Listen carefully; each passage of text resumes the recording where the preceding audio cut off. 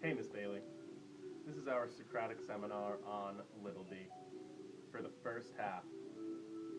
Hope you enjoy it.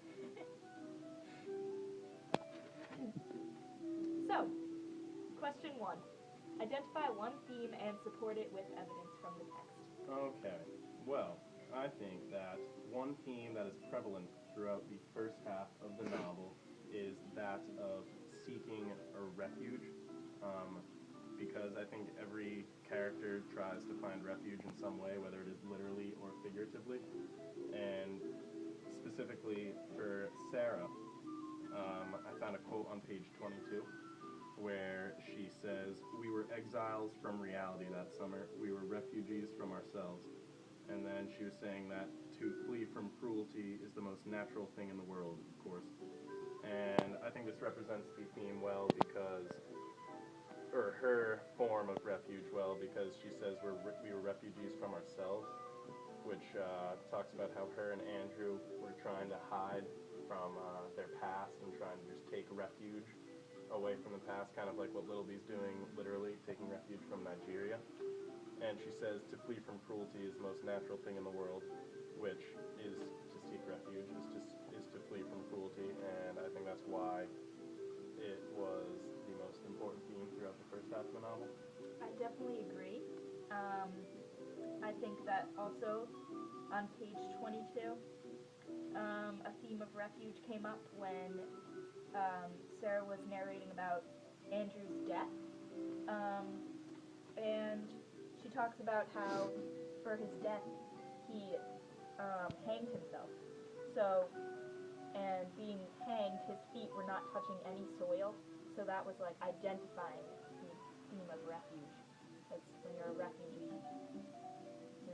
you don't belong to a country. Just like Andrew wants to kill himself. Yeah, I agree. Alright, theme of refuge. Did you find any other themes?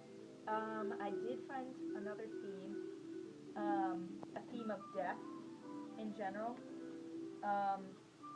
On page 96, they talk about people dealing with death, and I thought that when Sarah says, "Still shaking in the pew, I understood that it isn't the dead we cry for ourselves, and I didn't deserve my own pity."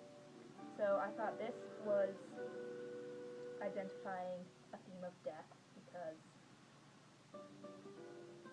yeah, she kind of like builds on how she dealt with it. Alright, good. You want to move on to question 2? Yeah. Which characters tried to forget their past, and what ended up happening to them? Well, first off, Andrew tried to forget his past when he tried to just move on and like push behind the issues that happened in Nigeria on their vacation on the beach. And when he did this, it kind of came back to bite him, and he quite literally hanged himself. Yeah, I think it's interesting that they have the characters of Little B and Sarah who deal with their past in different ways, because Little B obviously doesn't try to forget about her past. She tries to learn from it. Yeah, learn from it and accept it, and that's why she goes to Andrew, and that's why she goes to England to find them. And I think Sarah and Andrew kind of have, and I think Andrew's the opposite of her, Yeah. because Andrew tries to forget about it, and it ends up killing him, because he just tries to forget about it, it eats away at him, he ends up depressed and all that, and ends up hanging himself. And then I think it's good that Sarah kind of is a medium between them, because at first she's like Andrew and she wants to forget about her past, and then that starts to just eat away at her because her and Andrew end up having a falling out and all that. But then when Little B comes, she realizes maybe I shouldn't forget about my past, and after Andrew dies, she sees what happens to him, so then she starts to try to accept it and learn from it, and I think that ends up being the best idea for her. Yeah. I definitely think that's a good middle ground. Yeah, is that all you have for that one? Yeah.